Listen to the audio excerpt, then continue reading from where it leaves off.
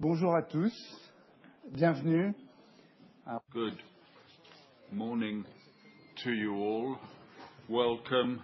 This meeting will be broadcast online, translated simultaneously into English, and we'll take questions from the room and those of you connected remotely. Welcome to those of you in attendance.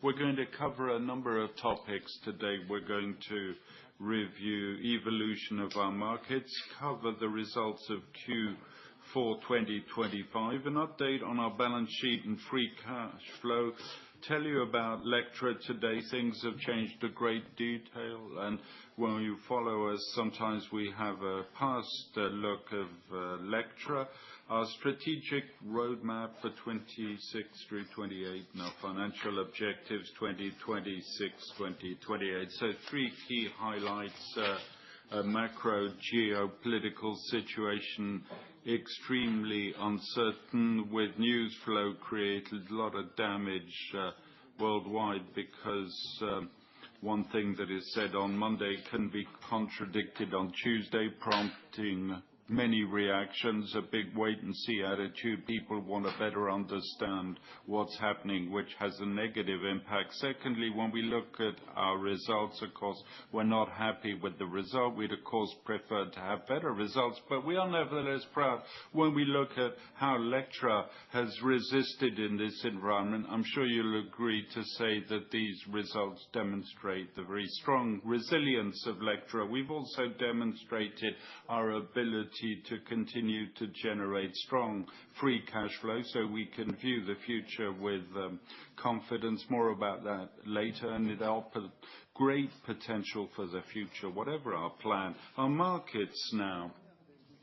The first thing on the fashion market is a rebalancing in terms of subcontracting and production. A very sharp fall in China, an increase in a number of Asian countries, notably Vietnam, pretty much on a par of exports to the US as China today. The big winner of this period, and as we see a number of other countries, India, Bangladesh, making inroads, a big shift of the market of clothing manufacturing in Asia, with a rather strange situation, because at the end of this period, only country whose tariffs haven't increased is China, with all the discussions that were held. We've come back to the starting point pre-April 2nd, whereas tariffs have increased up to 30% in all the countries up to a few days ago. India, very difficult situation.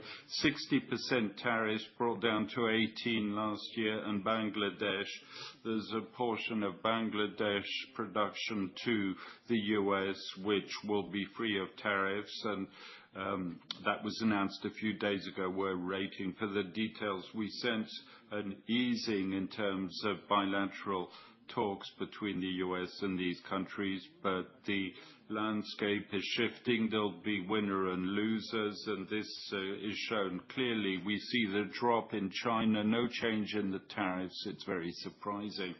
When we look at automotive, I should have said, in fact, same situation in fashion. We see, after a lot of turmoil, a lot of debate, we're at a level of production and sales on a par with last year, and it's also expected constant next year. So more fear than bad results. Tariffs 15%, that's 5% higher than previously. 0, 5%, 15%, 25%. It's 0 in Mexico's production in our business exported to the US. The free trade agreement is being upheld. And the big change in automotive is the massive arrival of Chinese e-vehicles, a fierce price war in China. The Chinese government announced that it wanted to consolidate the market. 120 EV brands in China. Government expects that in 3-5 years' time, that should shrink to 20%. BYD, the number one, has cut its prices 30% to try and force all other car manufacturers to sell off or disappear. So all margins are being squeezed in China. At the same time, they want to export to the rest of Asia and Europe because their markets are now outside China. Moving to furniture, here again, the market remained broadly stable. Great many question marks because tariffs into the US were strengthened. Transportation costs for furniture is complicated. Generally, we manufacture close to where we sell. The situation is now stable in terms of normal tariffs, and the situation is furniture market that remains sluggish, challenging. People tend to change their furniture when they move. There are fewer house moves, so less demand, but at the end of the day, we arrive normally at a demand equivalent in 25 and 24, expected equivalent in 26. In spite of the turmoil, markets in terms of production and sales remain very stable. I'm going to hand over to Olivier Duchesne for the financials. Thank you, Daniel.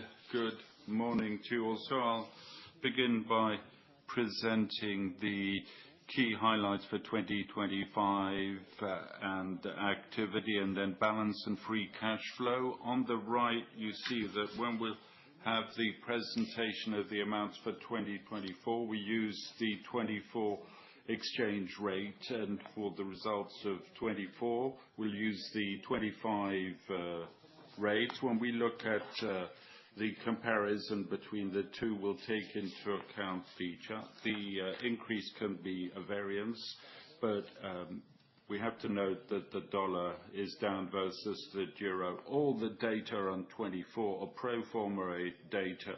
We added 23 days of launch metrics.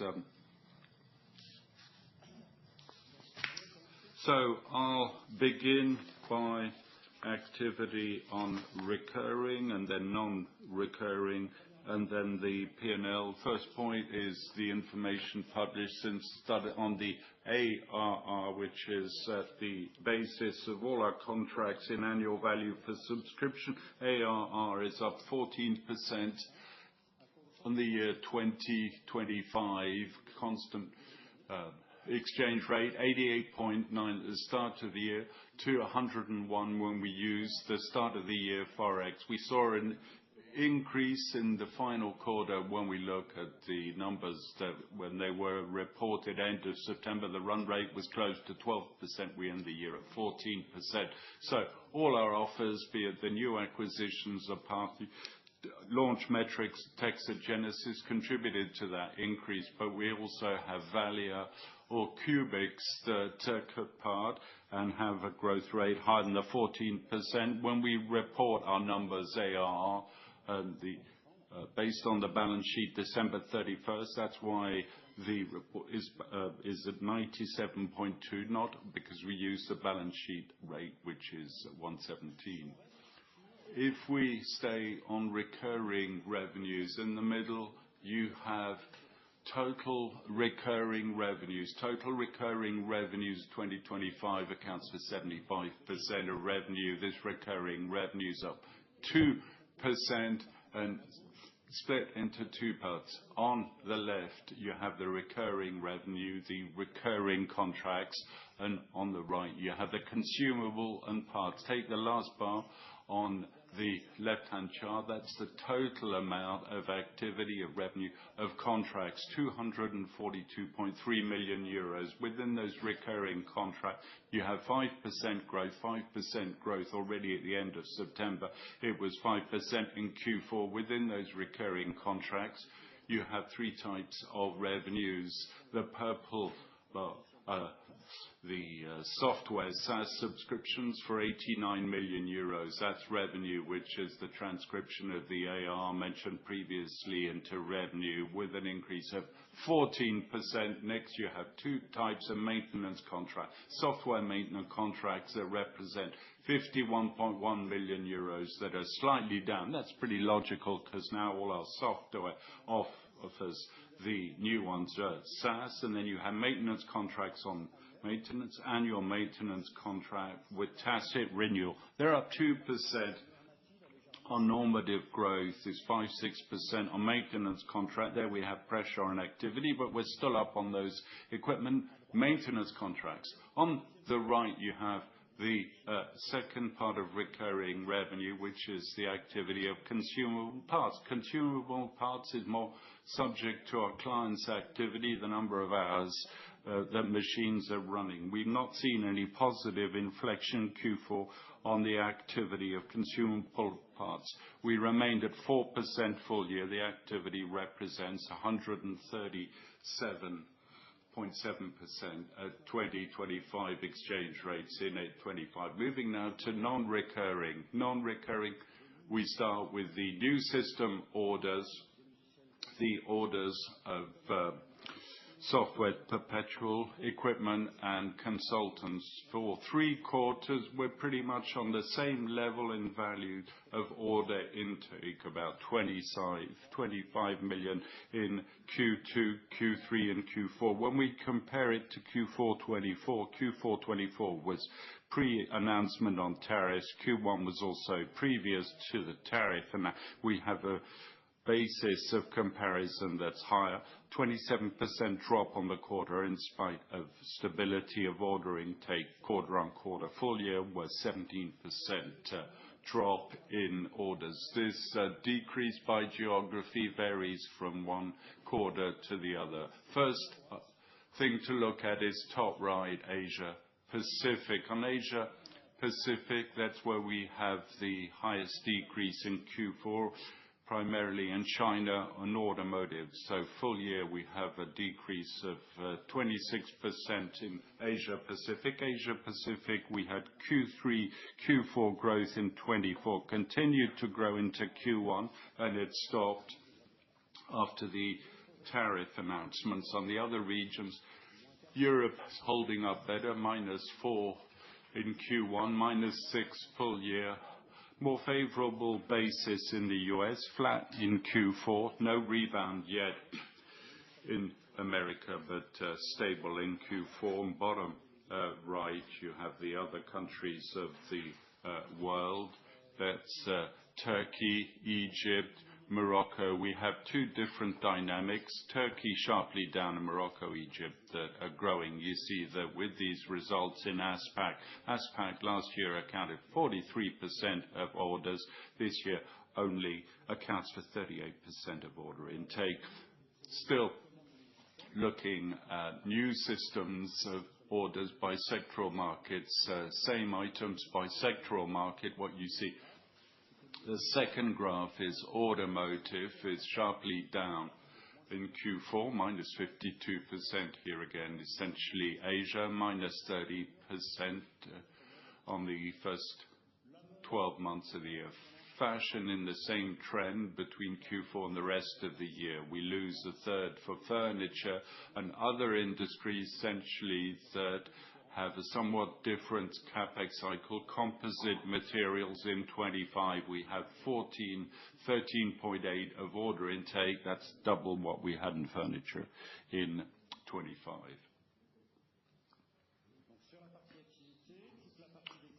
Activities, orders, you find these orders on the left, on the over 119 million, down 17% versus start of the year. In those 17% orders, you have natures that have different cycles. The top, the 7.9 million euros are the orders, software perpetual licenses. The software perpetual license are decreasing by 1/3 every year. Why? Because we sell all our new software offers in SaaS mode, and then you have below training and consulting, over half training and consulting.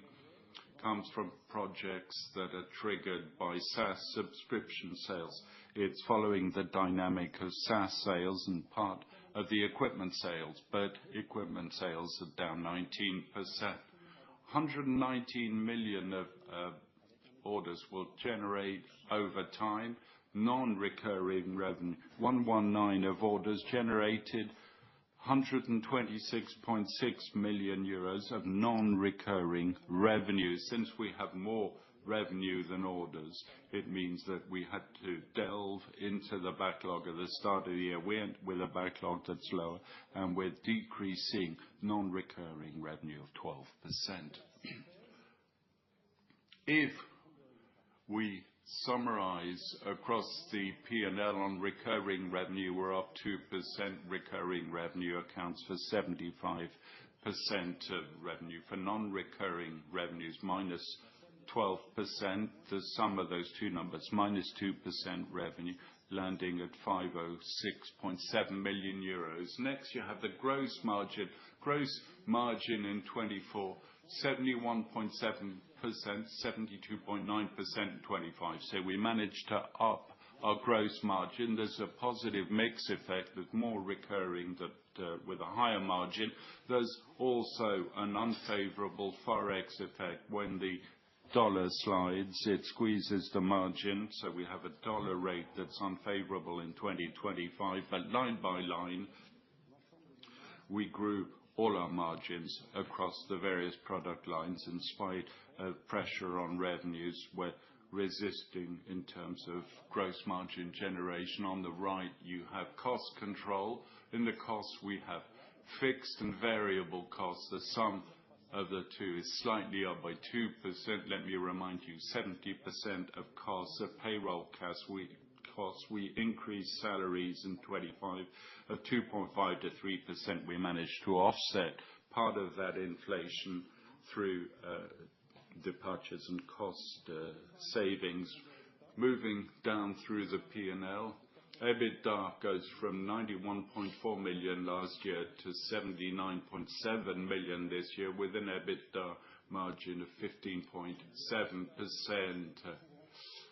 Income from operate 48.8 to 38.2. Net income at 25.6 million. On net income, we have two items to note between operating income and net income. We had two one-offs. The first relating to New York. We depreciated the rent on future years because of the idea in a positive tax rate. It's positive. We activated the deferred tax assets of Launch Metrics, losing money before we acquired them. So we have DTAs that we were able to activate in 2025.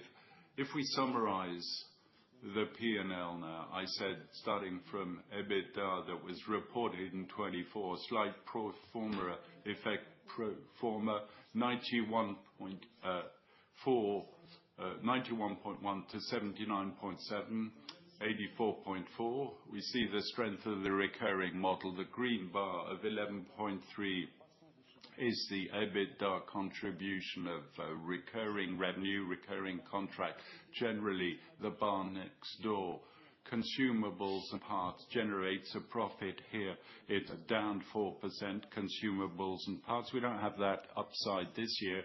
And the green portion offsets in part the decrease in non-recurring revenues and the growth in fixed costs. When we go from 91.4 to 79.7, that's about 12 million in decrease, 7 million decrease activity, and 86 million that's linked to unfavorable exchange rate. The dollar went to 108 last year to 113 on average this year. If I end on the P&L, I've just mentioned the exchange rate in 26, 28. We're not making any assumptions on where the dollar is going to land. We just take the dollar the 1st of January 2026. The dollar 1st January 26 is at 117. The Average for the year was 130. When I take up the P&L of 25, convert it every quarter to 117,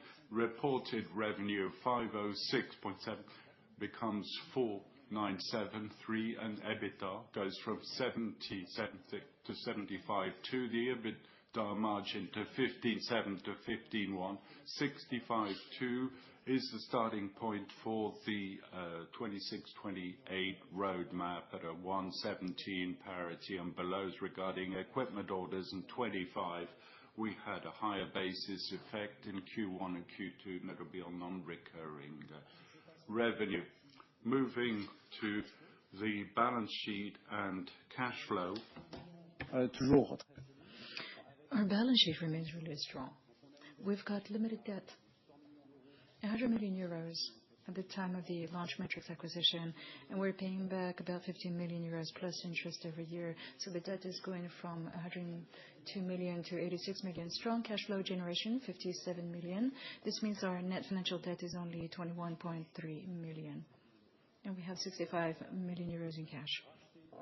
After buying more minority interest for Launch Metrics for 20 million euros, and also the remaining minority interest for Blango, the Turkish distributor, and also Net Even, another activity. We also paid out 50 million in dividends, and therefore repaid part of our debt. If we look at one of the group's fundamentals, free cash flow generation remains strong. This year, we generated 57 million euros in free cash flow before non-recurring items.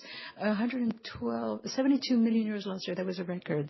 57 million euros with declining income and difficult macroeconomic conditions, also generating a drop in working capital requirement, which stands at minus 37.7 million this year, which is typical of our business model. It's also a record in terms of managing our working capital requirement in 2025. When it comes to our share price, we're still under pressure, have been under pressure since the beginning of the year. At the beginning of this week, the share price stood at 23.1 euro with EBITDA multiples of 1.7. For now, the share price remains stable. And now I'm going to hand over to Daniel to discuss Lectra.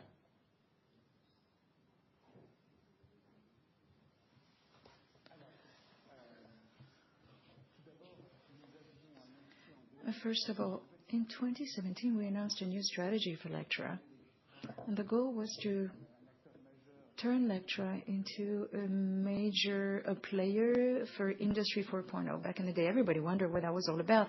We have described this at great length, so I'm not going to belabor the point. Throughout our systems, throughout our software packages and all our equipment, we have developed 4 major technologies to support this transition into Industry 4.0. Artificial intelligence, big data, IoT in particular, and cloud technology.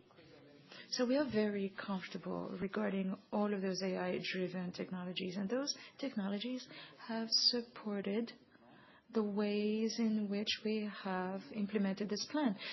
We accelerated in October. As we saw in October, we fast-tracked our efforts over the past 3 years, and these efforts will continue throughout 2026. This strategy is based on 5 different pillars. First of all, a premium offer, a premium positioning. We want to have the most premium position in the market every single time. And also, our strategy is designed for all 3 strategic markets: automotive, furniture, and fashion, even though they're all products that we develop so that they can be used in other industries as well. So these are our 3 primary market segments. Also, customer centricity. More and more customers are at the heart of what we do, and our ties with customers have grown closer in recent years, and this explains our results today. We have close ties to customers that are in dire straits, and this means we are a preferred partner when customers decide to make investments. We'll see when the recovery takes place, but having such close ties to customers is a good idea. Also, developing new 4.0 services. It's a mixture of artificial intelligence, expertise, and data. In other words, we are able to monitor what customers are doing and then provide the analytics and the expertise that customers may be lacking, and this provides significant value added. And lastly, we have a very strong and committed sustainability policy. In the latest sustainability rankings by independent third parties, we are always in the top 5%.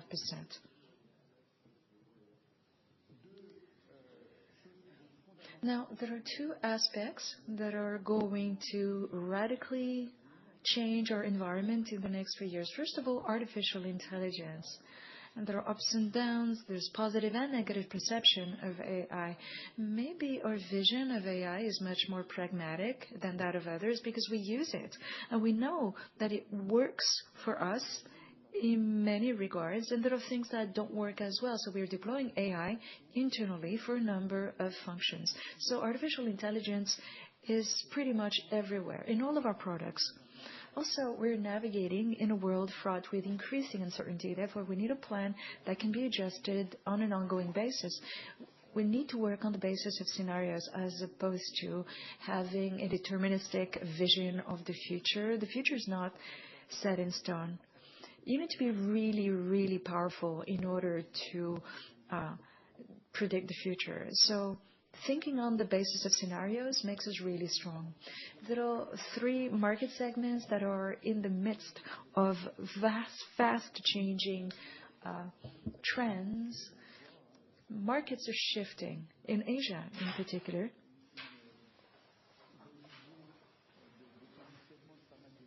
A lot of companies, luxury companies in particular, are shifting their positioning. And this trend is going to continue. In automotive, we're seeing the rise of Chinese-made electric vehicles, which are a major threat to the European industry, and particularly the U.S. industry in future. Right now, the barriers to entry for Chinese vehicles onto the American market are still very high. It's not just about subsidies, Chinese subsidies to the Chinese vehicle industry, because it takes 3 months for the Chinese to design a new EV, but 3 years in Europe. So the barriers to entry in terms of R&D are pretty strong as well. Also, furniture. Everybody's expecting recovery in real estate, and the recovery in furniture should follow the same trend. And so that's a market that we are keeping a close eye on. Now, let's drill down on Valia. Valia is our new software platform. We've been marketing that since the beginning of 2025. We already started using it in automotive and furniture, and now we launched it in fashion. It's a very sophisticated platform. We start with customer orders, and it takes us all the way to the cutting room, production facilities, and also execution of the various production orders. It took 10 years of R&D efforts to develop Valia, and we rolled it out gradually, market segment by market segment, and now we have a full system. It's an open platform that it's compatible with any ERP, any CAD system, any manufacturing system, any customer system. So it's compatible with Lectra and non-Lectra systems. So Valia is a demonstration of what we're doing for Industry 4.0. We address a lot of functions that are currently managed by independent software packages, and this means that in terms of the customer's value chain, they're having a hard time ensuring compatibility between those different systems. So we have an agentic AI approach. We have an expert model for each step of the process, and the platform will behave as an expert for that decision-making process. So Valia is a true revolution. It is unmatched on the market. We believe in it 200%. Valia is how we spearhead our strategy on the manufacturing front. Now, We have an extensive offering when it comes to the fashion industry based on 5 different pillars. First of all, design, creation. That's our core business. Our first products were CAD products, and then manufacturing. We bring together Valia and equipment, and Max can talk to you about that successful combination. And then markets, which is mostly driven by launch metrics, net even and rate reviews, and also Cubics Link drives our collaboration business, but it does much more than just a product lifecycle management system. So we've gained a lot of traction in recent years. And finally, we have a traceability platform with a Textile Genesis. If we look at the shift, what is it that makes us strong today compared with the beginning of our strategy? We have operations in 100 countries or so. We have a strong customer base, which has been strengthened by the Gerber acquisition. We doubled our customer base with the Gerber acquisition. So the potential for selling our solutions to all those customers is significant. And we support our customers, and this drives customer success. We have 800 people dedicated to customer success. And we have state-of-the-art technology in every area. Our offer is unique. Very often, it is unmatched on the markets. And lastly, we have a very strong presence in terms of sustainability and compliance because we support our customers on their quest for sustainability. And this includes ethics, material savings, and traceability. There are 2 main figures that reflect our policy. Since implementation of our strategy in 2017, our AOR has jumped to close to 100 million euros. So these figures demonstrate the success of our strategy over the years, and also we've positioned ourselves well to address the next 3 years. Now I'm going to hand over to Maximilian. He will tell you a little bit more about our strategic roadmap. Thank you, Danielle. Good morning, everyone. Pleasure to see you all again this morning. I look forward to introducing to you our strategic roadmap for 2026-2028. Now, for those of you attending remotely,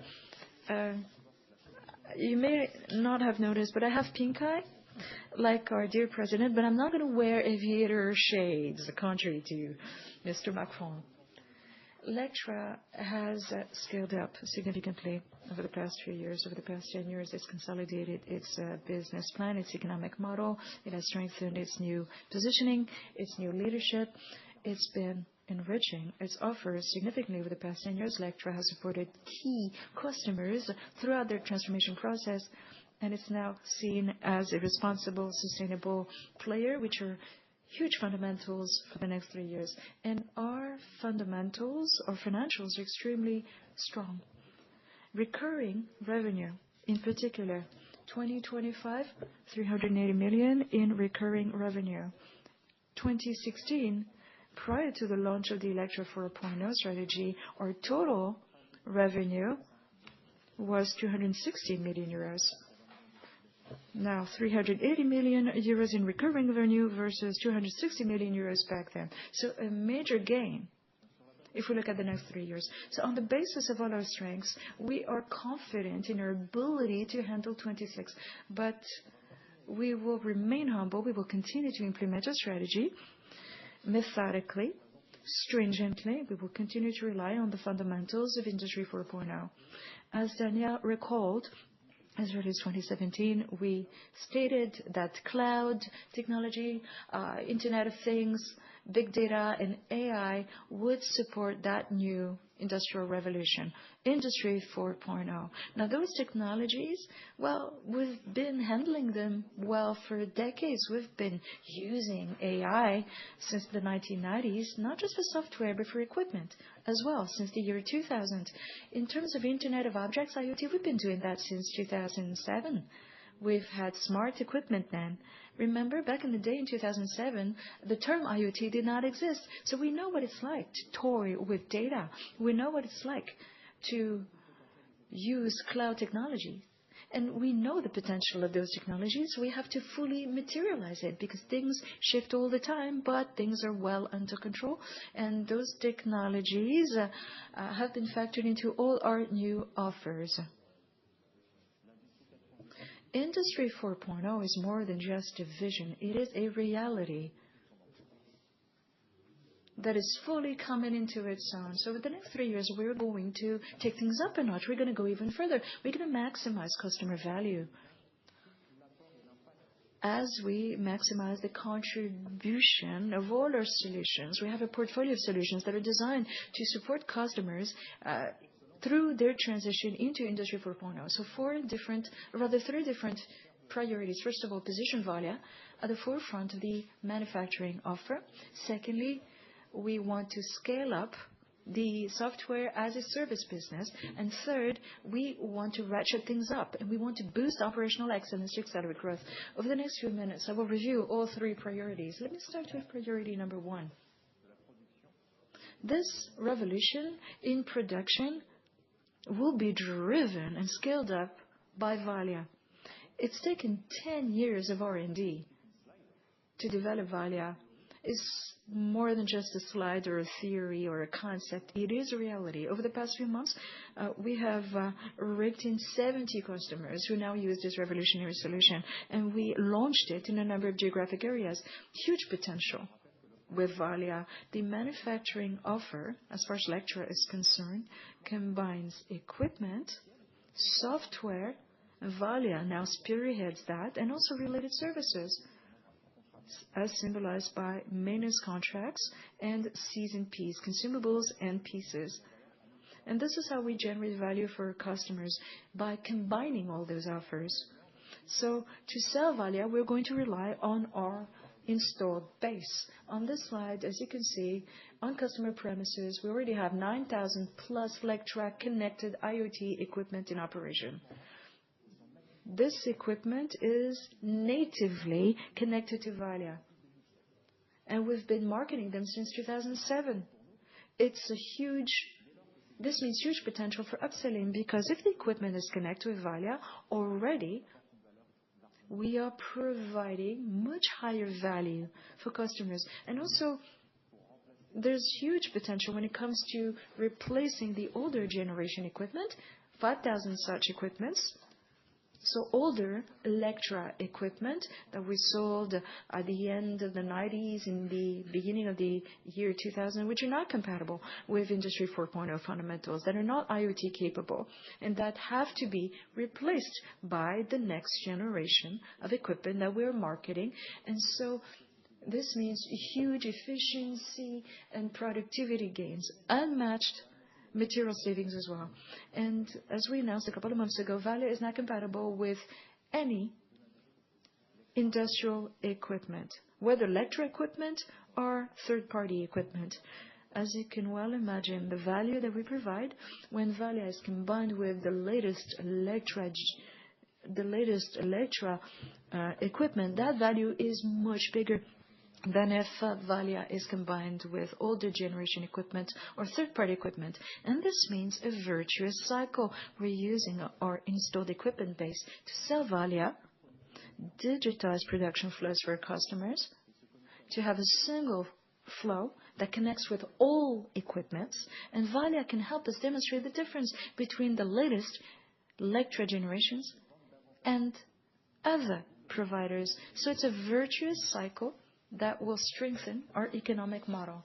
So like I said, it's taken 10 years of R&D to develop Valia, and the predecessors include the digital cutting platform, Quick Flex offer. 700 customers already adopted those predecessors of Valia. Now it makes sense to naturally migrate towards Valia, but well before 2017, we had software solutions for production and pre-production purposes that our customers were using. We have 5,000 customers who are using those software packages under contract, so they are active customers, and those solutions will be replaced by Valia. So there's huge potential, both in terms of equipment with Valia software and also related services such as maintenance contracts and season Ps.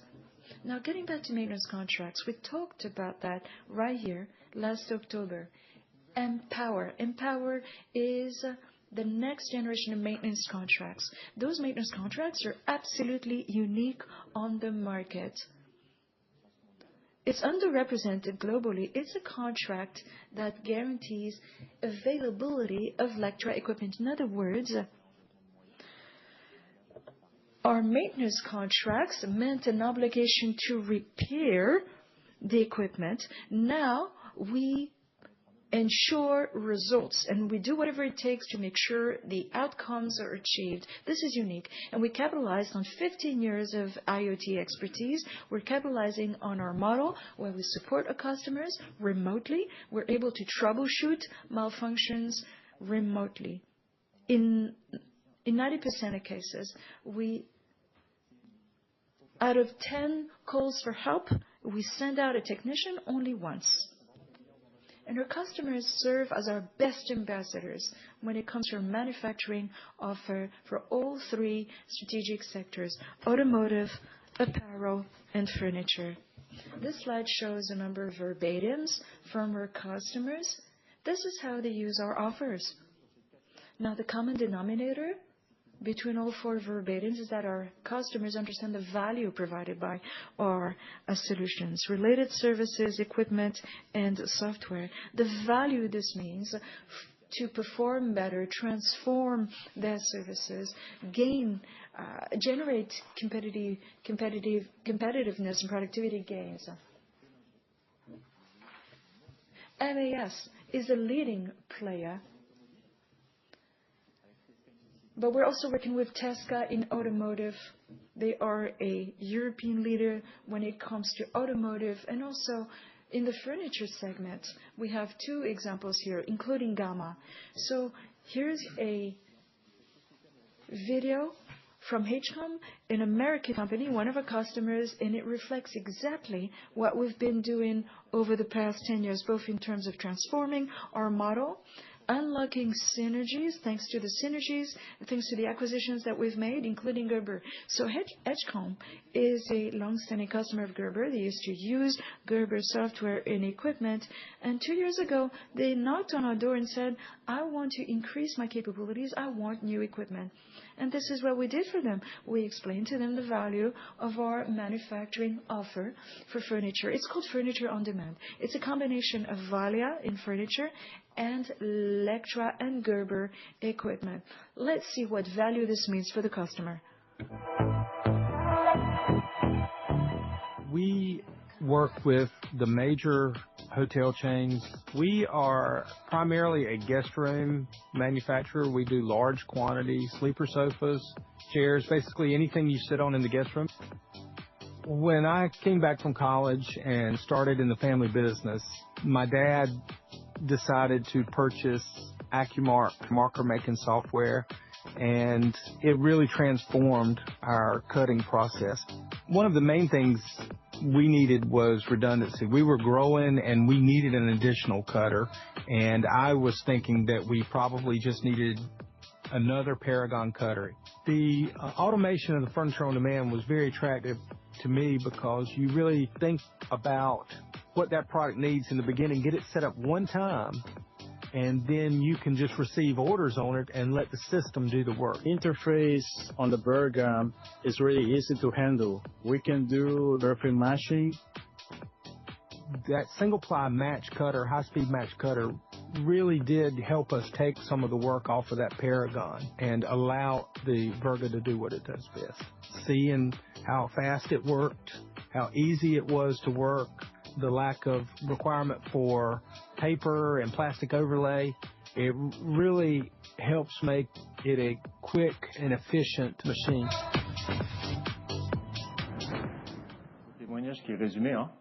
So that testimonial summarizes the full value we can bring when Valia teams up with Lectra or Gerber equipment.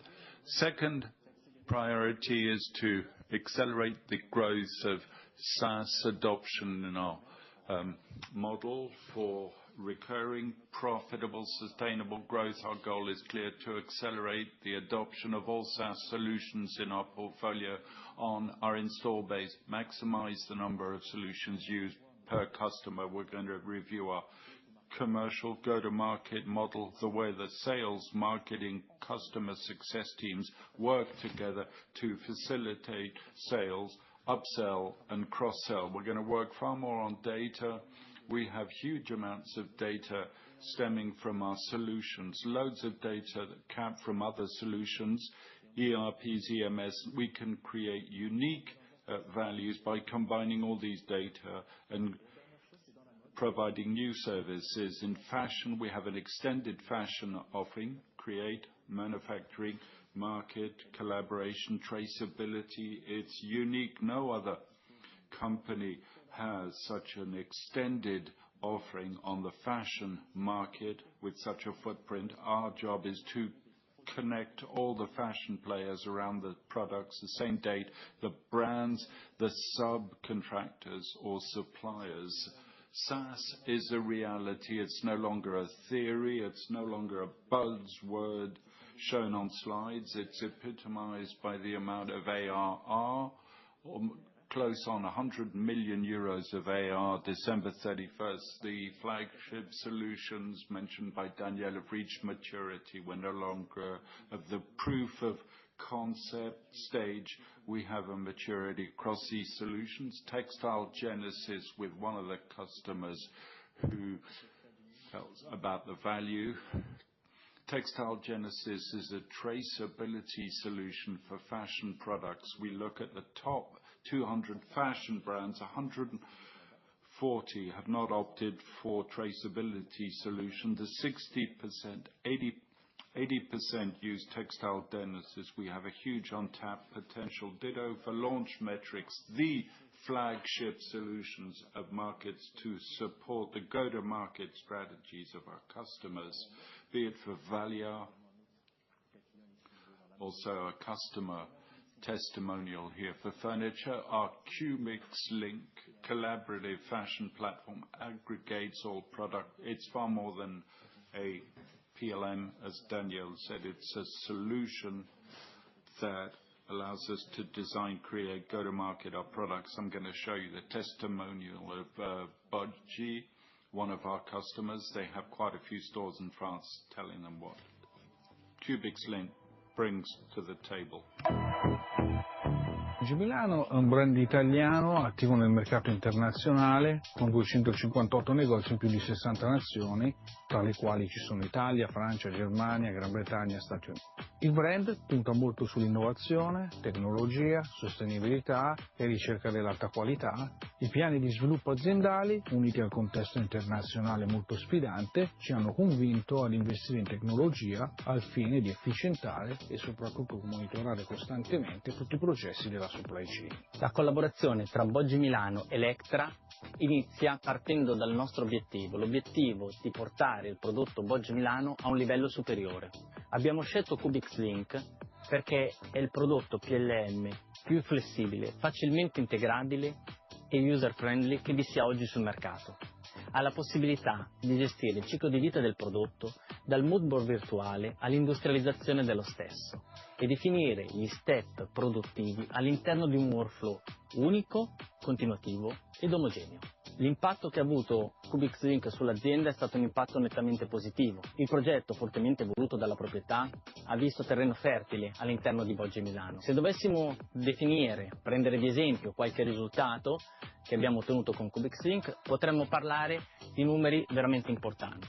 3 piani di collezione gestiti, la possibilità di gestire anche informazioni presso le nostre filiali in giro per il mondo, 2500 SKU pari a 1200 prodotti finiti gestiti, 1500 materie prime ad oggi in utilizzo e tanti altri valori che potremmo ora citare come esempio veramente virtuoso di quello che è stato un progetto di grande successo.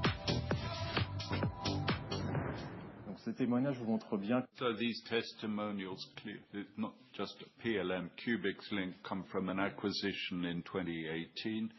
Cubix Lab, a small startup, back then that tried to disrupt the PLM market as it known a few years ago. Cubics Link was still a challenger today on the market. It's Cubic Links that is setting the tempo, and it's the bedrock of our development strategy in fashion around data and collaboration within the fashion ecosystem. And the final priority is to reach a new level in terms of operational excellence. We have very strong base. Lectra is recognized as a solid player, rigorous in terms of operational excellence. We're going to go further, improve performance, efficiency, and promote the take-up of all these SaaS solutions. Several initiatives that we've launched. The first is to define common processes throughout the group, including all recent acquisitions on financial, commercial, marketing, customer support processes.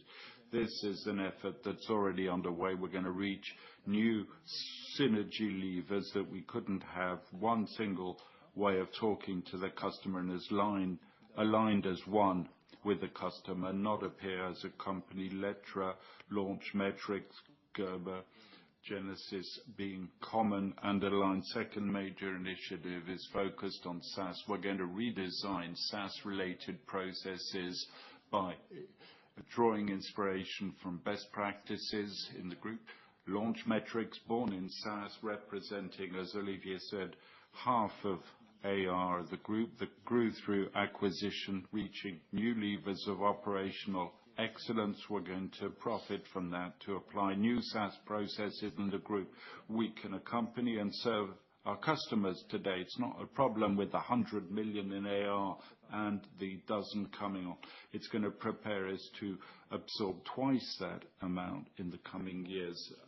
And then simplify the offer portfolio by phasing out non-strategic activities. That's about 20 million in revenue. These were activities mainly related to old, non-connected equipment, not compatible with Industry 4.0, taking time and resources. So we focus resources on high added value. We initiated that in the previous roadmap.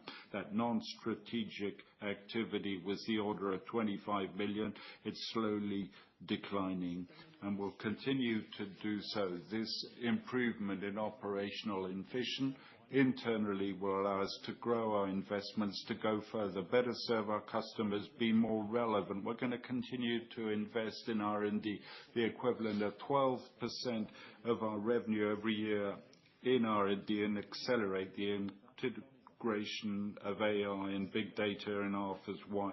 To better know how our customers use our solutions and how to create new products.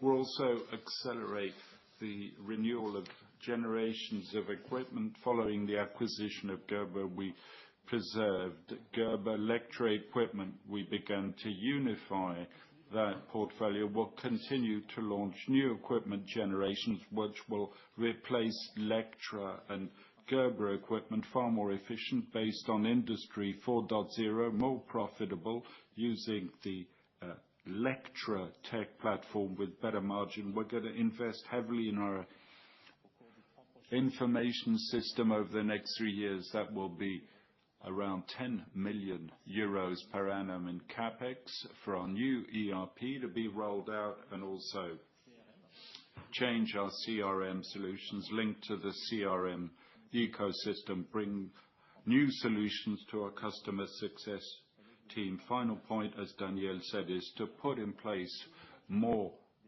AI capabilities to automate low value added repetitive tasks, streamline processes, and free up more time for high value added missions pragmatically with obvious return on investment. We're not, as other companies doing, just putting in place AI for the sake of saying we're doing that. We want those tools to serve our customers and our teams. So, as you can see, this roadmap for the next 3 years aims at building a model for Lectra that will be better, more efficient, of higher performance, and more profitable over time. We have three very clear priorities. Our compass, if I were to summarize The potential is there, the offers are there. We have everything it takes to succeed in this new chapter of our transformation, and I'll let Daniel conclude for the end of the presentation. Thank you, Max.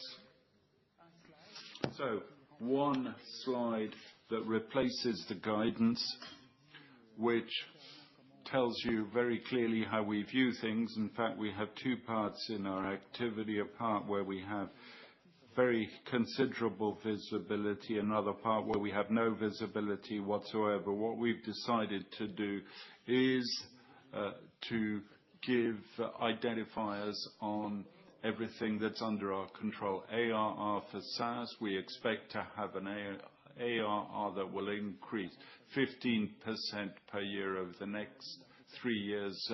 As you see, we achieved 14% in 2025, so it's a realistic objective. The higher ARR gets, the more difficult it is, but we think that target's realistic given the solutions we have today. That will lead to an increase of contracts, of recurring contracts of 5% to 8%, depending on the growth of ARR and on growth of maintenance contracts that we hope will return to normal speed.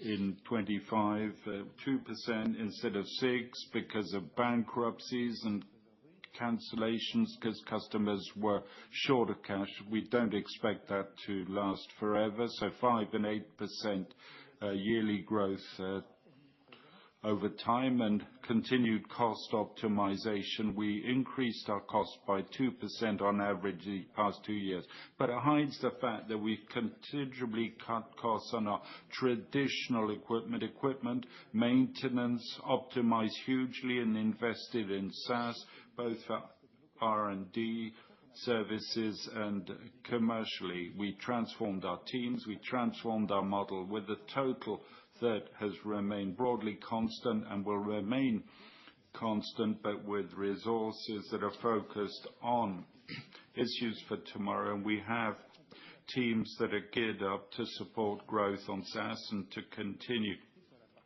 to drive our activity on equipment and on equipment. The biggest engine for those savings and cost optimization, the most recent, the stock of equipment, the fewer the technicians we set out, we can process remotely. As Max said, 90% of problems that arrive at a cost, we send out a technician 1 in every 10 times. Previously, it was 50% of the time we had to send a technician.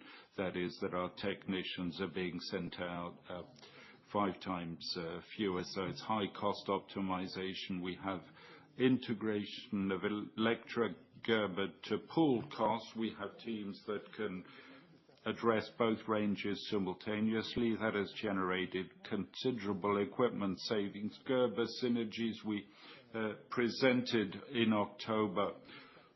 In 2024, that was over 36 million euros. The 36 million of synergies were invested or spent on SaaS solutions for tomorrow. We've saved and spent more with a total that's well nigh stable. It gives us considerable strength to address the future. We'll continue to extend cost optimization throughout that period. Lastly, when we look at what it leads to, we expect an increase of EBITDA margin of between 120 to 180 basis points, all other things being equal, if there's no rebound on the equipment, and with exchange rates the same as those factored in at the start of the year. But mechanically, the growth of our recurring business and cost optimization will lead to an EBITDA margin increase of 120 to 180 basis points, not taking into account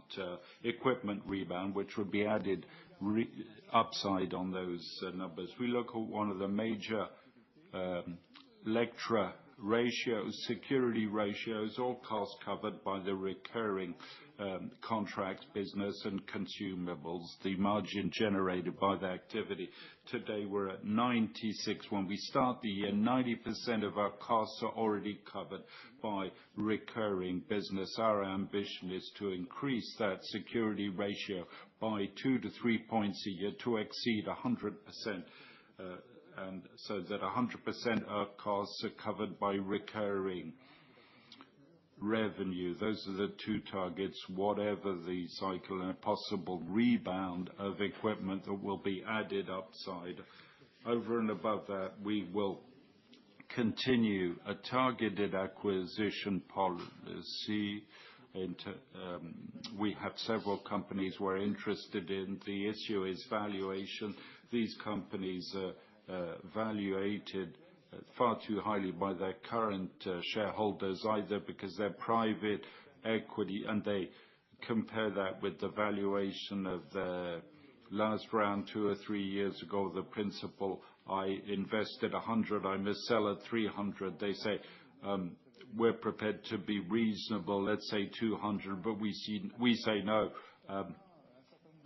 Our valuation is 60. We have some way to go. A number of companies we've met are interesting. We have a team that screens the startups or mid-sized companies that complete our offer, and they meet about 100 companies a year, and Max and I meet with some 15 that are interesting, but there's no match on the valuation. But there is a fit in terms of the interest and synergy with Lectra. And lastly, we'll continue dividend payout, 50% of net income. In fact, 40% of net income restated, because we have a portion that's linked to previous acquisition, but we referred to reflect it by saying 50% payout ratio. The objectives are summarized here. So part of our activity, 75% recurring, where we have visibility today. These are numbers that we control well. We control the costs, and on this portion, 120 to 180 bips on EBITDA margin. We're very comfortable. For the equipment, we don't know. Depending on the day, we wake up and say, tomorrow morning it's going to bounce back, and then there's negative announcement, positive announcement. If you ask the question on Monday, I'll say we're far more optimistic. On Tuesday, I'll say we're more pessimistic. We don't have a crystal ball, but maybe there's something that plays in our favor. After a while, people get used to that. They're beginning to look at things pragmatically and say, what am I going to do now the situation is clearer? It's something that over time is set to improve, because now in every country people have visibility, clarity on tariffs, customer relations, which will make them more comfortable because there'll be less uncertainty. Now the three of us are on hand, should you have any questions. Now for those of you attending remotely, feel free to ask questions. We have our investor relations team who will relay the questions to us. Feel free to ask questions in English or French. They will be translated into French for us, and the answers will be translated into English for your benefit. Bonjour. Donc sur les synergies de Gerber. When it comes to synergies with Gerber, a lot has been done already. The design machine market is quite sluggish at the moment, but do you have a unified platform? Well, based on our estimates, synergies come to over 40 million a year.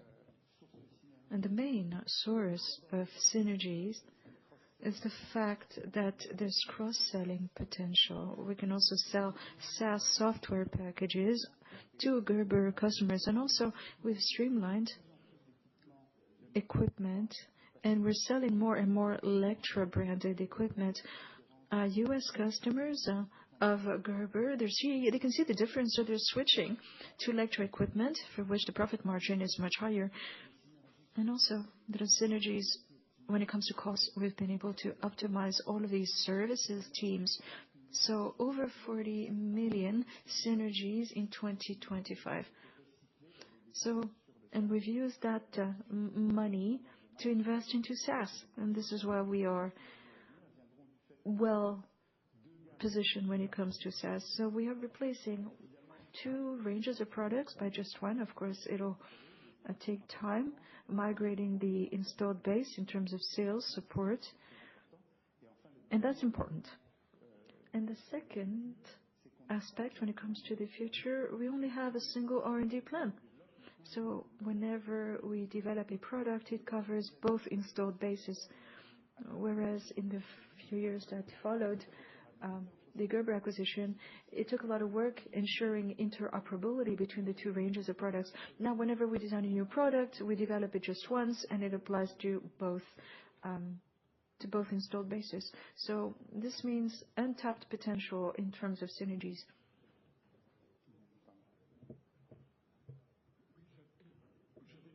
I have a question regarding EBITDA. When you said that you intend to increase the ratio from 120 to 180 countries, that means you're planning to increase EBITDA from 17 to 20% in 2028. At the moment, we stand at 15.1%, looking at the Forex on December 31st. So yes, this does mean over 20% in 2028.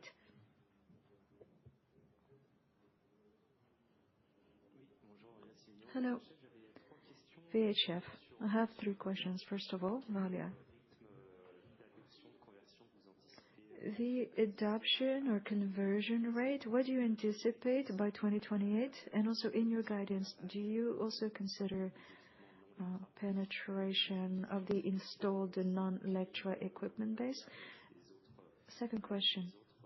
When it comes to Valia, but also the other SaaS offers, do you intend to revisit the sales organization? Have you taken initiatives already to that effect?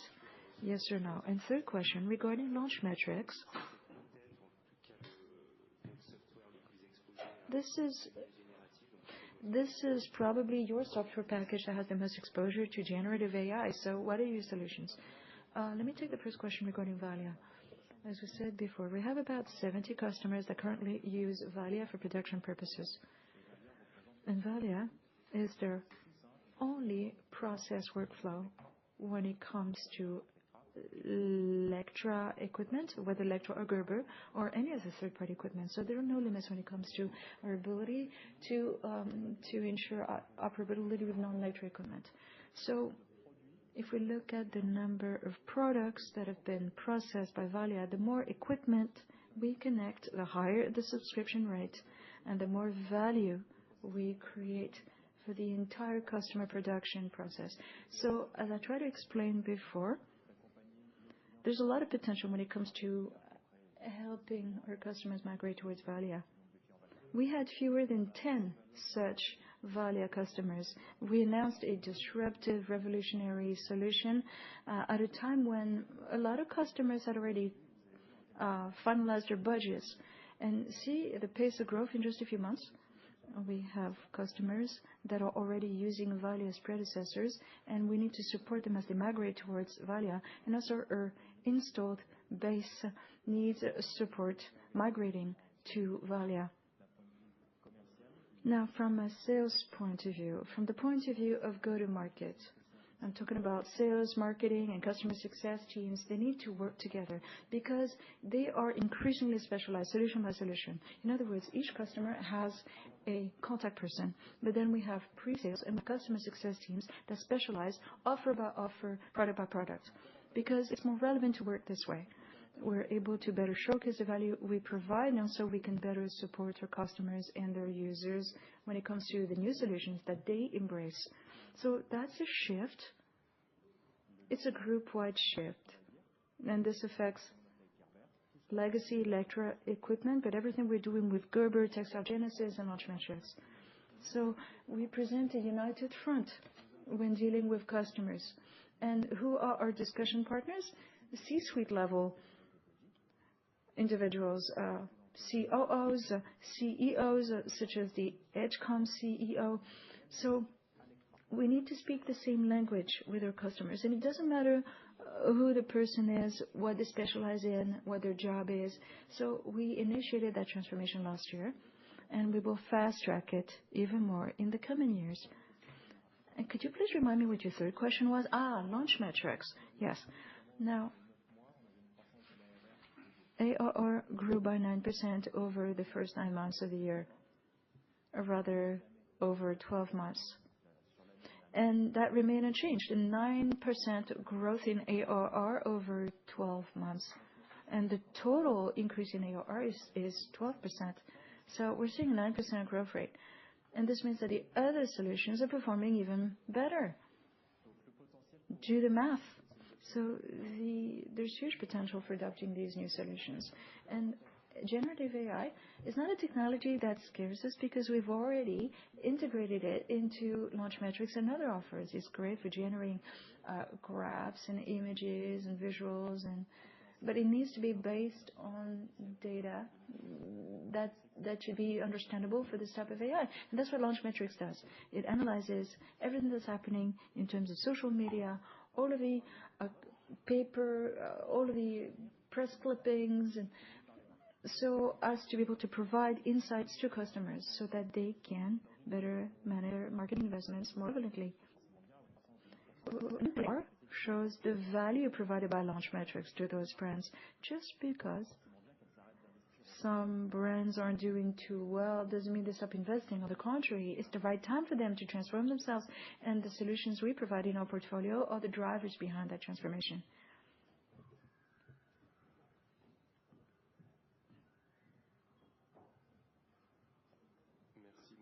Thank you. Good morning, everyone. Thank you for this presentation. I have 3 questions. First of all, a follow-up question to the previous one. You talked about your roadmap. Have you tried quantifying over the next 3 years the proposed penetration rate of Valia for your installed base? We're talking 9,000 or so machines. Also, the growth in profit margin, is it mostly driven by your SaaS offers, or is there continuous efforts in terms of reducing costs and labor costs, and also M&A? On the M&A front, anything you're targeting over the next few years?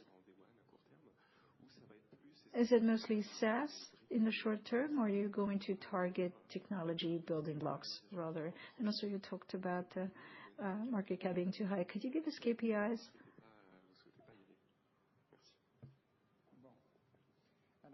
What's the threshold beyond which an acquisition is too expensive for you to agree to make it? We are confident when it comes to our growth, our projected growth between 2026 and 2028. Maybe this doesn't answer your question, but we are firmly convinced of the value Valia provides. And over 2026, 2028, well, it's hard to quantify.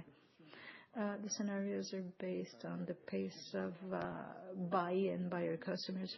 If we get back to what we said in October regarding fashion, we had 17 customers and a few more in furniture and automotive. So we almost doubled the number of customers in Q4. This time, Q4 is very encouraging because the pace of buy-in is much faster than expected, but things are still difficult because we're looking at every information system. A lot of factors are involved, so it's hard for us to estimate the pace of adoption. So if we compare Valia with its predecessors, the growth in ARR in 2025 was 31%, which is pretty palatable already. I mean, the figures aren't huge, but 31% is nothing to sneeze at. So are we able to quantify? We'd rather not say at this point because the range of assumptions is extremely broad. Things can go really well. They're going well now. We've gained traction on the market already, but we can't possibly know what the future holds. When it comes to your question on EBITDA, yeah, clearly, One factor is our SaaS business, the fact that we're developing, because for most of the solutions, we've achieved critical mass. Now, because when we generate an extra 100 euros in revenue, we have between 60 and 80 euros that go into EBITDA. So critical size, critical mass is an important factor. In other words, mature companies such as Launch Metrics have developed their EBITDA much more as opposed to growing software companies such as Textile Genesis. So the growth EBITDA mix is improving. So when you add up EBITDA and increase in ARR, this exceeds 40%, at least for mature lines. Textile Genesis, CubicSync, and Launch Metrics in 2028. That's our compass. When it comes to costs, and this is in line with recent years, there's a source of savings, the synergies between Lectra and Gerber, and those synergies will continue to materialize. I'm talking about maintenance, of course, but also equipment. And also, we will optimize costs across the board. This is something that we're keeping a close eye on. So more and more synergies will emerge as we design products that apply to both Gerber and Lectra equipment. We also have specialized teams, vertical by vertical, solution by solution.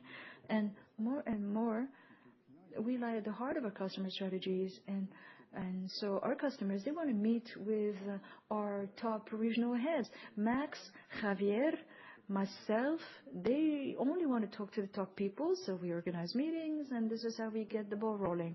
And very often, in our meetings, we meet with several members of the executive board, and we have strategic discussions. That wasn't the case several years ago, not necessarily. And this encourages us to continue as linchpins in our customer strategies. Now, when it comes to SaaS, usually the ROI for customers is 24 hours. It is 24 hours for the customer to generate ROI. In just 24 hours, they generate more money than the cost they paid. And that means a lot. When it comes to Launch Metrics, we use it to optimize marketing budgets, which is the lead expense item for all luxury and fashion brands. And now we're able to quantify ROI by using Launch Metrics. The marketing budget is much better used. In the past, people tried to optimize what they were doing. Now they get to optimize their costs. And this means they need less money for the same scope of activities. They're able to better optimize their marketing budgets, and this is how they improve their operational ratios. In 2025, we had the lowest churn rate for Launch Metrics than its entire history, and this shows how much value we generate for customers. Now, I'll let Max answer regarding acquisitions. We will pursue the same strategy as since 2017. We target mostly startup companies in the SaaS universe with key Industry 4.0 technologies, IoT, big data, AI, etc. So we're looking for startup companies that can support, supplement, enrich our product portfolio. In fashion, we have a pretty extensive offer, design, manufacturing, marketing, traceability, etc. So what we want to supplement is coverage of our customers' process, manufacturing processes. Now, 2 years ago, we could have said that the market cap was in line with the market, so 10, maybe 15 times ARR. Today, multiples range between 4x and 6x. It depends on how healthy the company is. It's not me saying that, it's the market. And obviously, we don't want to pay too much for companies simply because they've added AI to their pitch, because there's a difference between dreams and reality. So we're extremely cautious. We tread carefully. We really want to create value for our customers, and also for our teams, because we're bringing specific expertise, and also we want to generate value for our shareholders. And we're not going to make an acquisition if we don't tick all 3 boxes. If we look at our track record, first of all, the Gerber acquisition went off without a hitch. The figures show that. The customers as well. We lost pretty much 0 customer, and we've held on to all the teams we wanted. The only people who left the group were hired by the private equity group to ensure the turnaround. We consolidated our teams, we shored up our customer base, and we generated a lot of synergies. If we look at our two key acquisitions over the past few years, Textile Genesis and Launch Metrics. Textile Genesis improved penetration when it comes to traceability and sustainability, which are highly sensitive aspects. 80% market share for the top brands. If we look at the entire traceability market, over 60%. The rest of the competition, they have to share what's left. We've gained a leadership position that's very strong over the past few years. Also the pricing system depends on the volumes that transit through the platform. This will naturally increase over the next 3 years simply based on existing customers without even factoring in new customers. At the moment, there are 4 billion products. By product, I mean a particular piece of apparel for a given colorway, for a given size. 4 billion products transited through the platform, and 23,000 companies are logged into the platform. We charge textile manufacturers and brands, on either side of the spectrum. In the middle, access is free because we wanted to create a community. Eventually, we will bill. At the moment, we have 23,000 companies that use Textile Genesis as a platform every day. Some of our customers go through our platform for 100% of their offers. We know what that brings. When we bought Textile Genesis, a lot of people, I remember, we paid 30 million for this company whose AR was only 1 million, and a lot of people had questions about that. That was a sound move. We've proved it. Launch Metrics, the EBITDA was negative double-digit EBITDA. Now it's plus 20%, up from minus 20%. See, we've really focused on profitability, and growth remains significant. Our target was 10%. We've generated 9% growth. Considering the circumstances, is pretty good in terms of ARR. We've been able to combine that growth with an improvement in profitability.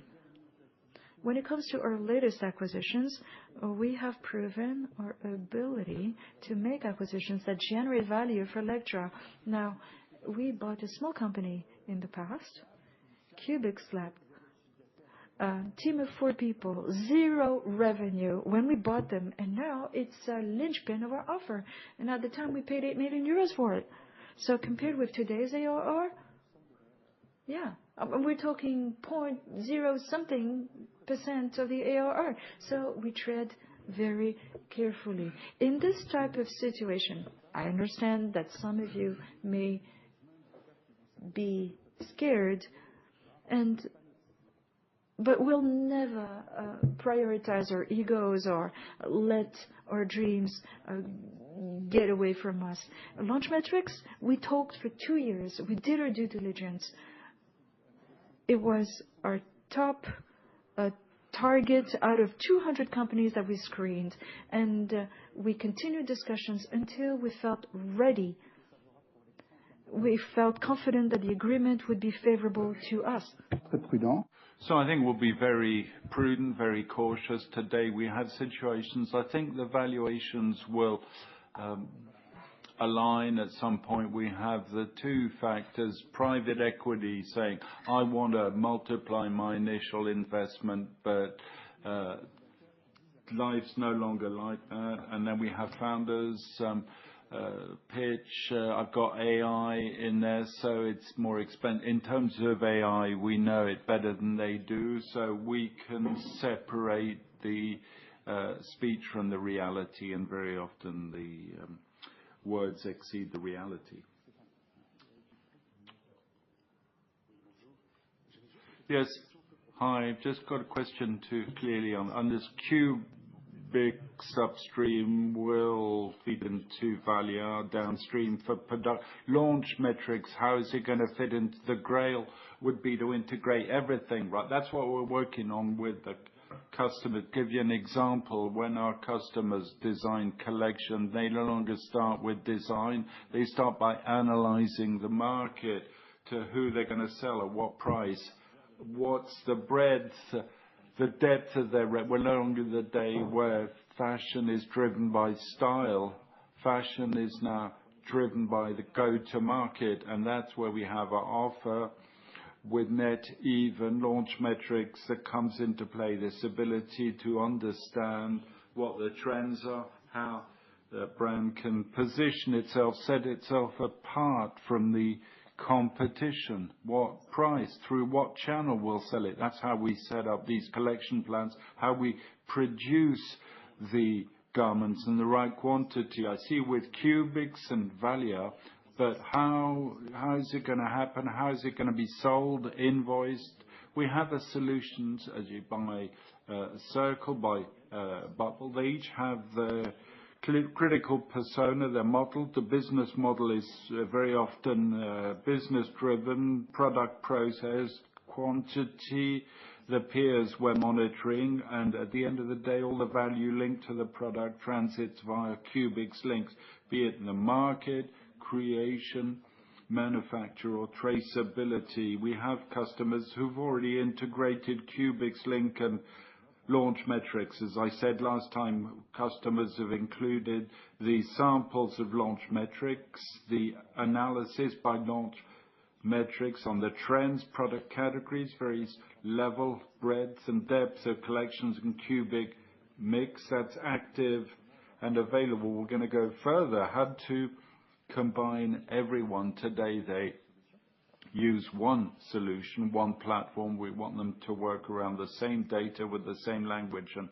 that's possible with Cubics links. It's a collaborative platform. It orchestrates all the product data, where they come from Lectra or non-Lectra solutions. Take another example. As Daniel said, we have over 23 actors in the fashion supply chain. In Textile Genesis, they declare who they are, their audit certificate, their production capacity. We retrieve that automatically in Cubics link. We don't need to ask our customers to enter that data. We link it to the manufacturing production order, say company was involved at such time for such product. For tomorrow's product, it's additional insight to know what player could be the best place to produce the product that will be in your wardrobe in a few months. So that integration is largely already present. In the next 3 years, we plan to step up that integration. It'll create value. And as Max said, we have a pricing scheme that's based on usage, the value added that we produce, the outcome, and not the number of users. Most of our solutions, number of users is unlimited, because we realize that the more we have people who use our solutions, there's flow that transits, and the more money we get, we're paid in proportion to the flows. Next question. Yes, we've got a number of questions that have already been answered. I see one on ARR growth. Do you think it might be even higher in 2026? 15%. We said our ambition is to achieve 15% average growth per year over the next 3 years. Of course, the higher the nominal base is higher, the higher that percentage will be there. We strong believers in that. We've launched solutions, Valia, Textile Genesis, which will nurture this potential growth of ARR. As Daniel said in his conclusion, that 15% number may seem ambitious, but it's realistic.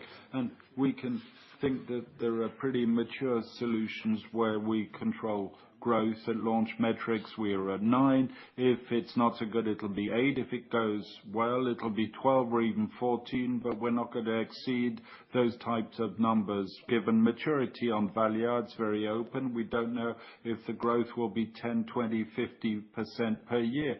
We'll see that gradually. The 15 seems to us to be realistic. Our goal is to be at 15 or north of 15. It's a target for the next 3 years. There's a question on launch metrics and this 9% performance. How do you explain it? It's viewed as an adverse performance, and what are the prospects in terms of top line growth and EBITDA growth? For the target was 10, with today's troubled times. 9, I don't think it's subpar performance. I think it's good performance. Launch metrics, EBITDA is above budget. If I remain on the rule, north of 40, sum of EBITDA plus ARR is above what we set by way of a target for 2025. We upped EBITDA more than expected with ARR growth. It's 1 percentage point below because we better optimized costs and pulled all the items. When we look at the large luxury companies, we're talking about an ARR in hundreds of thousands of euros, and for the mega players, it's between 1 and 5 million per annum, and there hasn't been any churn on those solutions. So there's very great confidence of the luxury market, and the most challenging market is at the beginning. There were other targets, such as the fashion press, that's faring less well and where we have no development today. But when we look at customers who initially are Lectra in fashion and luxury, the growth rate is higher. For all those reasons, we're very confident. What's more, we believe that it's not an adverse performance, it's a performance that's quite honorable compared to the situation. Just to return on the orders front, which is your daily concern. One day you're optimistic, the next less so. When I look at Q4, there's a degree of stability in the US. Europe is flat and Asia is down. So in the year there was a real reversal in the 3 areas. How do you view all that? The lead indicators and the fact that adoption in the US, it's perhaps stronger, and you mentioned that in China it was difficult with automotive and reduced number of manufacturers. What can we have by way of onboarded information on the latest trends? What can we project your reasoning in scenarios just to assist us? Well, firstly, when we look at the Americas, we tend to think the United States, our number 1 center for us is Mexico. Even our US customers manufacture essentially in Mexico, so the revenues in Mexico. Very often the Trump administration talks about manufacturing in the US brands. There's big confusions. Most US brands manufacture in Mexico, perhaps more Europeans in the US, but we confuse the fact that the brand is American. Our number 1 manufacturing center is Mexico. The greatest problem was all the to-ing, fro-ing. Is the NAFTA deal going to continue or not? Today it's in place. There's a June 30th review clause. That's what worries people. If it's adopted and the agreement maintained, we should return to normal. The potential is there and things will grow. That's for automotive. Fashion in the US, there's practically none. 2% of fashion items sold in the US, made in the US, practically 0. But in Mexico or Central America, there'll be manufacturers who are in the same situation as automotive with favorable tariffs. So in the US and in the Americas, there are 2 positives: stability in tariffs and an exemption for many products in Mexico and a ramp up of other markets. So in the figures of Olivier, aeronautics, military, security, a whole slew of things that are promising businesses highly developed in the US. So today we have reasons to be more optimistic on the rebound in the US. That isn't at all driven by the situation we had in 25. In Europe, well, the fears were unfounded. A fashion company, I'll cover the 2 main markets, fashion, European fashion, exports 20-30% to the US. Tariffs are up 5%. That's 1.5% of growth margin. You have to divide by 2 because it's on the transfer price and not the sale price to the end user. Real impact less than 1%. So unfounded fears. We're back to normal in Europe on fashion. So it's really the mindset and confidence in the future that's at play, 'cause the situation's rather good today. In automotive, it's more strained. European manufacturers are under pressure. The Chinese are arriving. For Lectra, if we have a Chinese customer with a plant in Europe, it's not very different from a European customer with a plant in China. European markets, it's not European brands, it's those who manufacture in Europe. Trends are stable, as we've seen. There are those who need to change tack, change strategy, and produce differently as they continue now with product development cycles of 3 years and manufacturing systems that date back 20 years. We have Chinese brands that are at the cutting edge. What can create positive effect is the new effect. New Chinese industries will have to gear up and equip. Our competitors don't have presence in Europe, so we're favorite in the Chinese ecosystem in Europe, and then our historic clients in automotive in Europe need to change. So in Europe and Americas, we could see a return to normal rapidly, barring any upheaval. In Asia, it's more challenging. The country that's benefited the most of late is China. We were at the same tariff rate on the eve of the Trump announcement, and we need, obviously, to read the runes of the messages, not the impression that we have at face value for the press releases. There are companies that are being favored. April 2nd announcement, the Indians felt they were in favor. Limited tariffs and then 50% penalties slapped on them for buying Russian oil, and now officially they're no longer buying Russian oil. But I have my doubts. I was in India a fortnight ago. Even the officials weren't aware of that, but they're going to stop buying Russian oil. And so tariffs have gone from 60 down to 18%. 18%, they're the most favored nation in Asia. So that's creating a lot of turmoil. When I take Indian clients, they've gone, okay, now our hour has arrived in April. Are we going to be able to pay the wages next month? So we can think that that situation will stabilize, and that one of the advantages for us when we look at the glass half full or empty is that we're far stronger in countries that are favored by the new tariff deals in terms of market share and strong in India, Sri Lanka, Bangladesh, and stronger than China in Vietnam.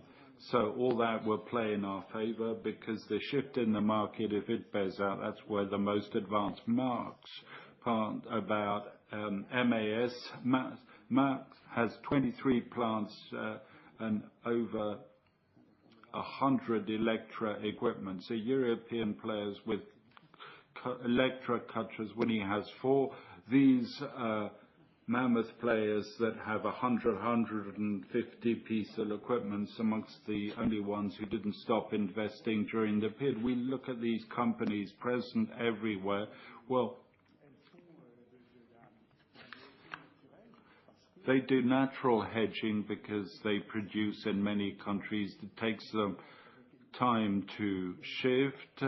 They've better distributed or shifted production for the US, for Europe and Asia, so optimize the tariffs. So they'll emerge winners. There'll be market consolidation, very strong in Asia for fashion. So there are a number of things that are positive that lead us to hope for this rebound that will occur in places, Europe, the United States, and certain Asia countries where we're far stronger.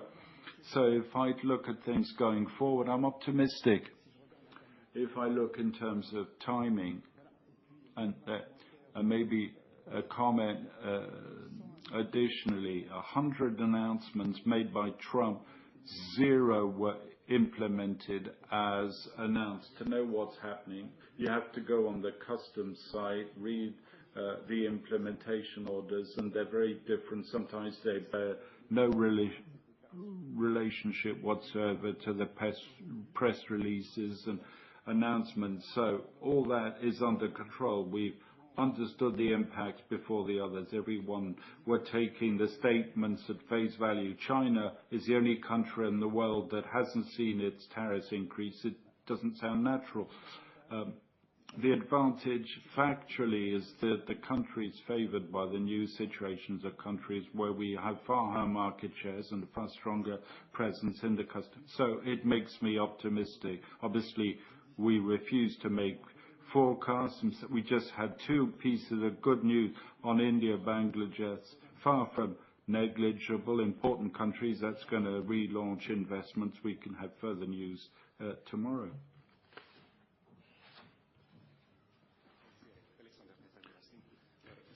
Alexander Peter Bergstein, just a couple of questions. One, just a detail. When I look at your value offer, you say that it's a kind of agnostic equipment. What's the percentage of non-Lectra that you're connected? Is it marginal? It's important priority. And second, about your guidance, when you say that we keep what we can model ARR there, we're seeing very good growth, okay, but on the non-recurring side, when you say that the scenario today, I have no visibility, so it's flat, is a situation where it can decline further, or we reach the bottom, we don't know how long it's going to last? First one for Max. We announced that compatibility only a few weeks ago. End of October, we just announced it. We came out from that announcement in China. So we're really at the beginning of that shift. Amongst the 70, about 10 customers with non-Lectra equipment connected. It's a small percentage. If we look at the potential, you'll see that we have 9,000 Lectra equipments, natively IoT, and 5,000 non-IoT compatible, and the others, thousands, dozens of thousands. So up to that for us, it's going to be a quest to not only connect those pieces of equipment, explain to our customers how by replacing those equipment with new Lectra generation, they'll be more efficient and reduce their cost. That's the past for us. Now, the ratio is currently very low, but will increase quickly. The great thing for customers is they only have a single workflow of data and equipment. At the moment, they're specializing in their workflows based on the type of equipment. This is why I mean it's a true revolution. You need to change your process and your mindset. So we are confident. And our customers are very excited. And we know we will phase it in, but there's huge untapped potential. Now, based on the initial implementations of Valia, initial figures show, even though we can't really mainstream, the materials gains is increased by 50% as opposed to cutters that are not Valia equipped. And this means customers recoup their subscription costs very quickly. So, and the time it takes to develop the product is divided by 5. You can make a decision only 1 week ahead of time instead of 5 weeks ahead of time. And you can fulfill orders very quickly. And the true value generated by Valia is about everything else. Customers realize they're going to make money off Valia, but the real benefits materialize later. In terms of equipment, this is not a scenario. Let's be specific. We have a calculation. We have an assumption. If the number of equipment and systems is the same as before, if we bear in mind inflation, this is what we end up with. And we let customers decide what they want to do because we don't have a crystal ball. We can't possibly make forecasts. We'll see what happens. Can things be worse? Of course. In absolute terms, say there's a war that breaks out, you don't know what's going to happen. When Trump threatened to invade Greenland and called Europeans enemies of the U.S., and we thought we were long-standing friends, yeah, things can get difficult. There's a war in the Middle East. Yes, there can be an impact. If the war between Ukraine and Russia comes to an end, this could actually be good for us.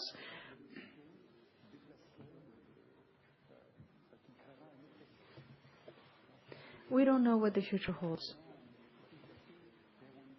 We are all hands on deck, and we're seeing -19% for equipment in 2025. It's not good, but at least it's not -50%.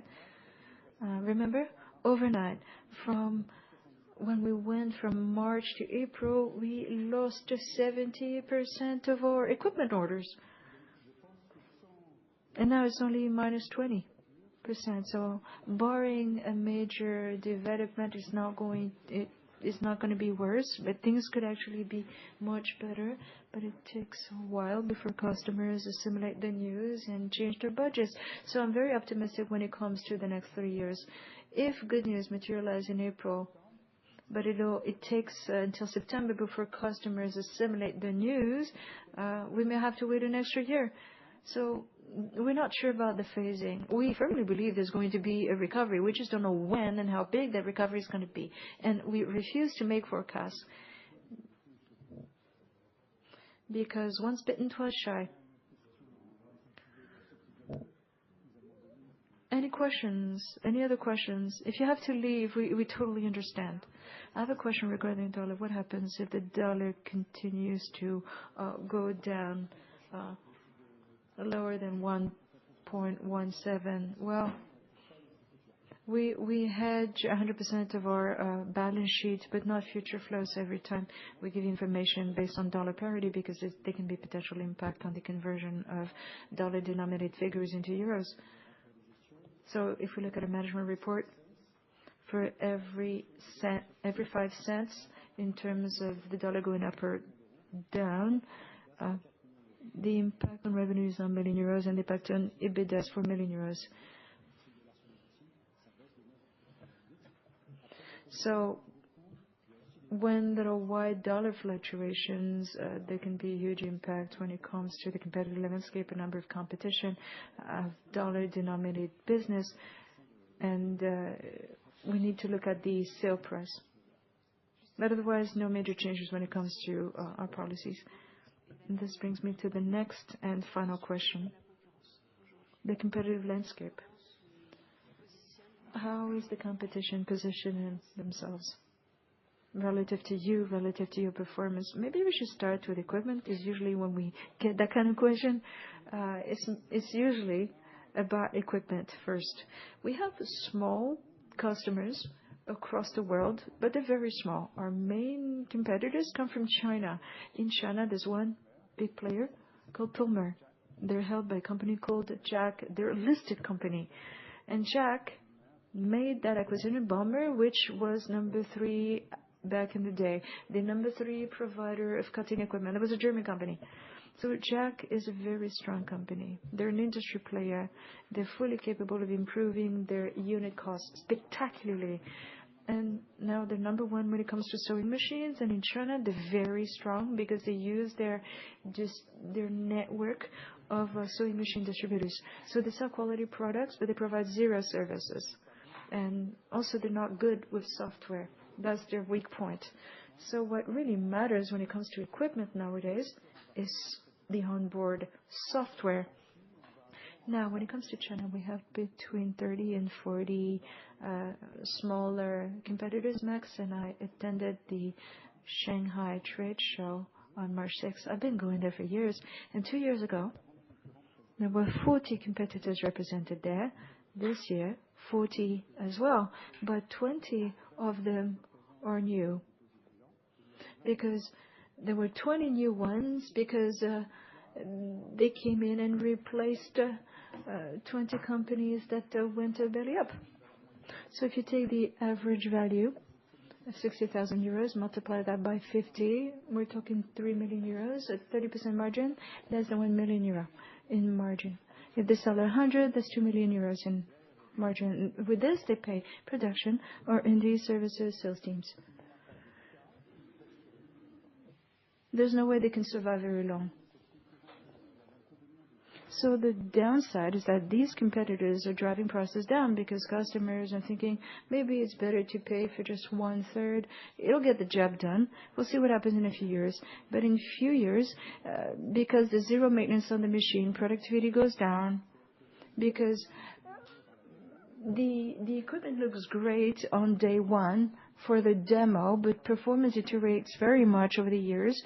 And as a result, all those smaller players are unlikely to survive. Maybe 2 or 3 of them will have longer lifespans, but I'm telling you, a lot of them are going to go belly up because market conditions are tougher and tougher. So in 2 years' time, chances are over 50% of them will have disappeared. So the competition in China is exacerbated because those companies are so desperate, they're willing to give the product for free for a whole year because they made the products and they can't seem to be able to sell them. And the prices are so low, they make no sense, and that's how they hope to survive. And there's no way they will survive. I gave you the figures. I can't see why any company can survive. I mean, it takes us 12 million euros to develop a new cutting machine, and in total they spend 300,000 euros a year? No way. There's such a strong disconnect. There's no way they can make it. Now, maybe a lot of customers will decide, okay, well, that kind of equipment is good enough. It'll get the job done. Well, at this rate, just use a manual pair of scissors. It'll get the job done too. Now, customers have seen the difference in terms of profitability and productivity. And they see the difference between Lectra cutting machines and the kind of competitors' products. I mean, look at the textile savings. You use much less material. It's day and night in terms of productivity gains. And that is why, Jack, like I said, they are our top competitors in China. And of course, somebody had to take second place. But as far as the others are concerned, we don't see them as any kind of threat because they basically self-destruct. It's a price war, and they're fighting over the same customers. On the software side, just to wrap up, now Create, and that's our core business. It's been our core business since 1984 pretty much. We've been number 1 when it comes to computer-aided design, and we're very strong in the European market thanks to the Lectra software. Gerber was number 1 in the US, so we are very strong in the US as well. And so our market share is difficult to estimate, but probably above 65% in Europe and in the US. Why? We don't look at our global market share. We only look at customers. When it comes to premium brands and luxury brands, we're closer to 80-90% market share. But if you look at the entire market, we still have a very strong position as opposed to Asia, where our position is weak because customers bought locally produced software, which was much cheaper. So much for design, for creation. Like I said, in Asia, we're not the preferred player because the economy there is different, but in the US and in Europe, we are very strong. When it comes to automotive production, global market share over 2/3 when it comes to textile cutting machines and about 50% for leather, over 2/3 for airbags. Our market share is very significant. And the rest of the competition, they're sharing the rest of the pie amongst themselves. Things can always shift, but I think we are very comfortable. If we look at markets, there's no equivalent to launch metrics. We are very strongly positioned, and we've talked about textile genesis. We have vast market share when it comes to traceability. Our competitors are startup companies. They receive funding from private equity, and this scares a lot of major luxury players because they don't know how sustainable this is. So we are the preferred player. And Cubics Link, just to wrap up, we've seen the impact of the latest publications by Dassault Systems. As you know, I'm not a fan of their financial disclosures. I've said that many times. I mean, always having to read the footnotes. But if you look at what they said about the product, it doesn't work at all. It'll work initially because it changed the management structure. Great. But I don't know why that is. The thing is, customers made their decisions on December 31st, not a year later. So if you look at their disclosures, at least in Europe, we secured 60% of contracts. It was 1 in 10 against Centrix. We would win in 10% of the time 5 years ago, now 60% of the time. Now, Prada, Burberry, they use the biggest PLM systems in existence, particularly in the luxury segment, and we have customers that are extremely satisfied with our products. So we're starting to grow in the US. We're very well established in Europe, but we're starting in the US and we have zero presence in Asia. But in the meantime, we only have one major customer, and that customer is losing steam for various reasons. Their technology has aged, and their sales methods can work short term, but cannot establish a strong, long-standing relationship with customers. So we feel really good about the competition. Our number one problem is the macroeconomic environment. It's not the competition. Needless to say, that macroeconomic environment, particularly when it comes to equipment sold in Asia, Asian customers prefer cheaper solutions, because if you're running out of cash, is it better to have a cutting system or no cutting system? This means that we may lose contracts to smaller, low-cost competitors, but not because of the technology. Our technology is much better. Okay, this brings the Q&A session to an end. If you would like to talk some more, come and see us directly. Thank you so much for attending today's session, whether you're here in person or logged in online. Thank you.